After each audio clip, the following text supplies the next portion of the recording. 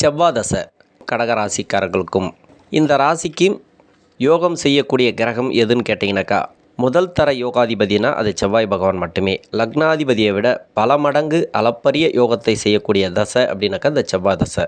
உங்கள் லக்னத்துக்கும் உங்கள் ராசிக்கும் நல்ல இடத்துல நல்ல ஆதிபத்தியம் வாங்கி சுபத்துவம் பெற்று இருந்து தசை பண்ணால் மட்டுமே உங்களுக்கு அளப்பரிய யோகத்தை கொடுத்துரும்.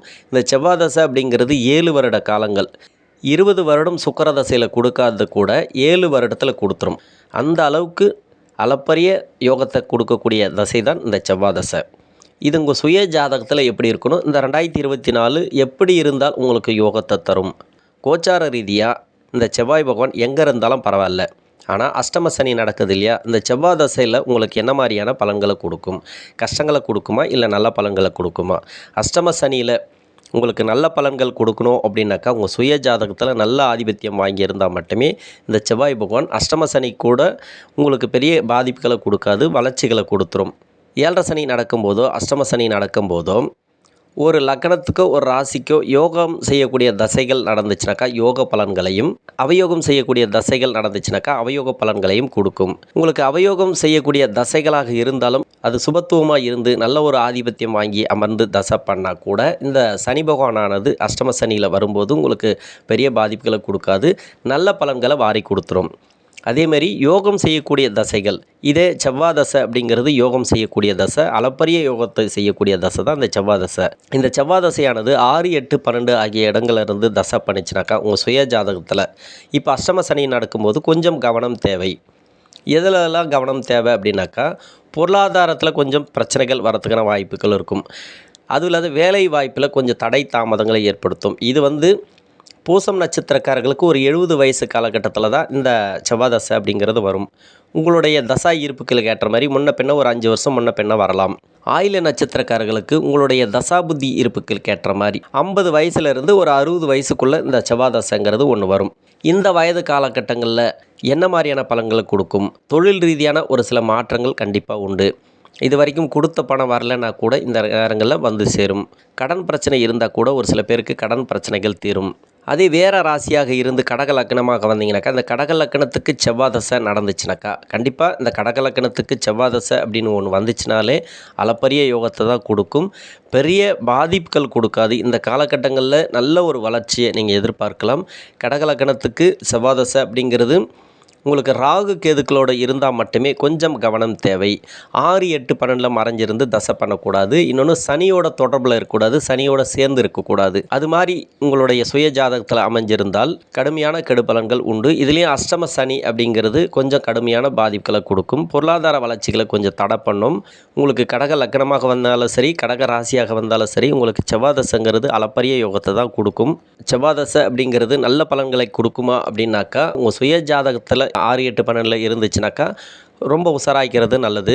6, 8, 12 ஆகிய இடங்களில் இல்லை, நல்லா இருக்குது அப்படின்னாக்கா நீங்கள் அதை பற்றி நீங்கள் பயப்படவே தேவையில்ல. நல்ல பலன்கள் கண்டிப்பாக உண்டு. குறிப்பாக பெண்களுக்கு பார்த்தீங்கன்னாக்கா, செவ்வாய் தசை நடக்கும்போது உங்களுடைய வயது காலகட்டங்களில் என்ன மாதிரியான கவலைகள் இருக்கோ அந்த கவலைகள் தீரும். ஒரு சில பேருக்கு சுயதொழில் பாதிப்புகள் கொடுத்துருக்கு இல்லையா, அந்த சுயதொழில் பாதிப்புகள்லாம் இந்த காலகட்டங்களில் இருக்காது. அஷ்டம சனி அப்படிங்கிறதுனால மட்டுமே மன அழுத்தங்கள் கண்டிப்பாக உண்டு, மனசு சார்ந்த பிரச்சனைகள் உண்டு. எவ்வளோதான் வருமானத்தை கொடுத்தாலும் சரி உங்களுக்கு மன அழுத்தங்கள் கொஞ்சம் கூடுதலாக வரும். இந்த நேரங்களில் 2024 உங்களுக்கு சுபகாரியங்கள் அதிகமாக நடக்கும். வீட்டில் நீங்கள் நினச்சதை சாதிக்கலாம், ஆனால் நிதானத்தை கடைப்பிடிக்கிறது இந்த நேரங்களில் நல்லது. உணவு பழக்க வழக்கங்களில் கொஞ்சம் கவனம் தேவை. வயதான காலகட்டங்களில் வந்துச்சுன்னு வச்சிங்களேன், உணவு பழக்க வழக்கங்கள் ரொம்ப ரொம்ப முக்கியம். நெடுந்தூர பயணங்களை இந்த நேரங்களில் தவிர்ப்பது நல்லது. கெடுபலன்கள் செய்யக்கூடிய இடத்துல இருந்தால் கெடுபலன்கள் கண்டிப்பாக உண்டு. இதில் சனியோட தொடர்பு, சனியோட சேர்ந்து 6, 8, 12 மறைஞ்சிருந்தால் கொஞ்சம் கவனமாக இருக்கிறது நல்லது. பெரிய முதலீடுகளை இந்த காலகட்டங்களில் தவிர்ப்பது நல்லது. வேறு ராசியாக இருந்து கடக லக்னமாக வந்தீங்கன்னாக்கா, இப்போ இளம் வயசு காலகட்டத்தில் வருதுன்னு வச்சுக்கலாம் அந்த செவ்வாய் தசைங்கிறது, திருமண வாய்ப்புகள் ஒரு சில பேருக்கு கூடி வரும். திருமணம் சார்ந்து ஏதாவது பிரச்சனைகள் இருந்தாலும், கணவன் மனைவிக்குள்ள ஏதாவது கருத்து வேறுபாடுகள் இல்லை வேறு யார் மூலியமாவது உங்களுக்கு பாதிப்புகள், தொல்லைகள் ஏதாவது இருந்தால், ஆண்களுக்கு பெண்கள் மூலியமாகவோ பெண்களுக்கு ஆண்கள் மூலியமாகவோ இருந்துச்சுனாக்கா இந்த காலகட்டங்களில் ஓரளவுக்கு நீங்கள் ஒரு சுமூகமான முன்னேற்றத்தை பார்க்கலாம்.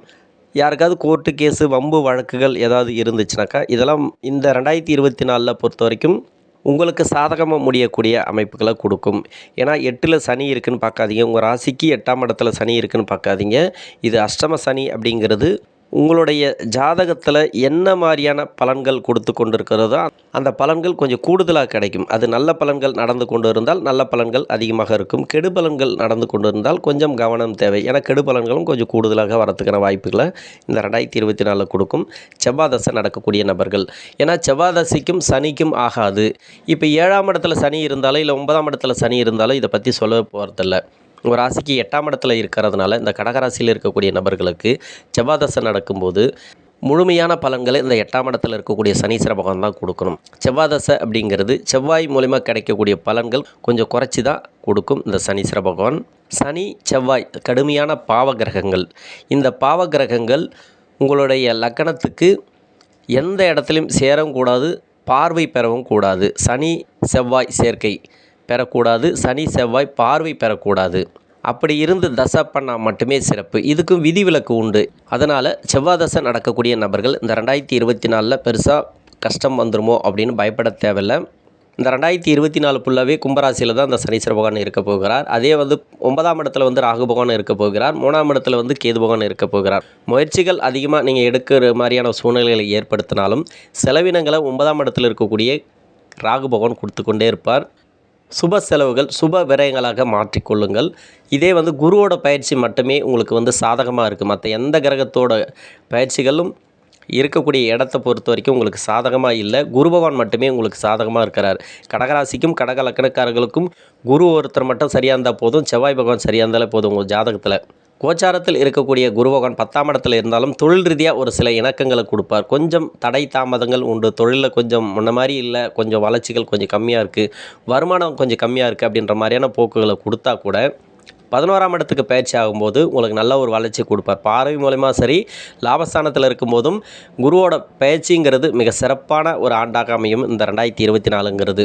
செவ்வாயும் சரி, ராகுவும் சரி, இது யோக தசையாக இருந்தாலும் உங்கள் சுய ஜாதகத்தில் அஷ்டம சனி வரும்போது யோக தசையாக இருந்தாலும் நல்ல ஒரு வளர்ச்சிகளை கொடுக்கும். 9ஆம் இடத்துல இருக்கக்கூடிய ராகு பகவான் சொத்து ரீதியாக ஒரு பிரச்சனைகளை கொடுக்கறதுக்கான வாய்ப்புகள் இருக்குது. பூர்வீக சொத்தில் ஒரு சில பிரச்சனைகள் வரும்.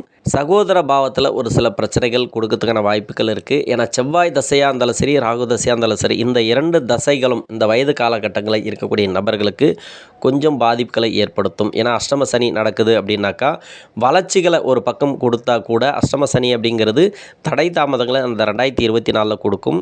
சுய தொழில் செய்யக்கூடிய நபர்களுக்கு சிறிய முதலீடுகள் பண்ணுங்கள், பெரிய முதலீடுகள் வேண்டாம். இந்த நேரங்களில் வீடு வண்டி வாகன சேர்க்கை ஒரு சில பேருக்கு கொடுக்கும். ஏன்னா செவ்வாய் தசையில் இருக்கக்கூடிய நபர்கள், ஏன்னா குருவோட வீட்டில் இருக்கக்கூடிய ராகுவும் கோச்சார ரீதியாக உங்களுக்கு ராகு தசை நடந்தாலும் சரி, செவ்வாய் தசை நடந்தாலும் சரி, எந்த வயது காலகட்டத்தில் இருந்தாலும் சரி, இந்த 2 தசைகளுக்குமே ஒரு சிலருக்கு ப்ராப்பர்ட்டி வாங்கி போடுவீங்க 2024. வண்டி வாகன சேர்க்கை உண்டு. பழைய வீட்டை ஆல்ட்ரேஷன் பண்ணுறது, பழைய வண்டி சர்வீஸ் பண்ணுறது, பழைய வண்டி விற்றுட்டு புது வண்டி வாங்குறது, அதெல்லாம் இந்த 2024 நடக்கும். வண்டி வாகன சேர்க்கை உண்டு. ப்ராப்பர்ட்டி சேர்க்கை ஒரு சிலருக்கு கொடுக்கும். கடன் பிரச்சனை ஒரு சிலருக்கு தீரும். நோய் நொடி பிரச்சனைகள் ஒரு சிலருக்கு தீரும். இது வரைக்கும் மருத்துவ செலவுகள் எடுத்துகிட்டு வந்தீங்கன்னாக்கா அந்த மருத்துவ செலவுகள் குறையத்துக்கான வாய்ப்புகள் இருக்குது. மனசு ரீதியான பாதிப்புகள் வெளியே வருவீங்க. மனசு சம்மந்தப்பட்ட பிரச்சனைகள் தீரும். மன அழுத்தங்கள், நீங்கள் வேலை செய்யக்கூடிய இடங்களாக இருந்தாலும் சரி, சுயதொழில் செய்யக்கூடிய நபர்களாக இருந்தாலும் சரி, உங்களுக்கு மன அழுத்தங்கள் நீங்கி மனசு ஒரு சந்தோஷமான சூழ்நிலைகளை இந்த காலகட்டங்களில் கொடுக்கும். 2024 அப்படிங்கிறது செவ்வாய் தசையில் இருக்கக்கூடிய நபர்களுக்கும் 2மே ஈக்குவலாக தான் இருக்கும். வருமானமும் சரி, செலவினங்களும் சரி ஈக்குவலாக தான் இருக்கும். சுபகாரியங்கள் நடக்கிறதுக்கான வாய்ப்பு அதிகமாக இருக்குது. ஏன்னா வீட்டில் ஏதோ ஒரு சுபகாரியத்தை நீங்கள் நடத்தணும் அப்படின்னு நினச்சிருப்பீங்க. அதெல்லாம் சுபகாரியங்களை கொடுக்கும். நன்றி.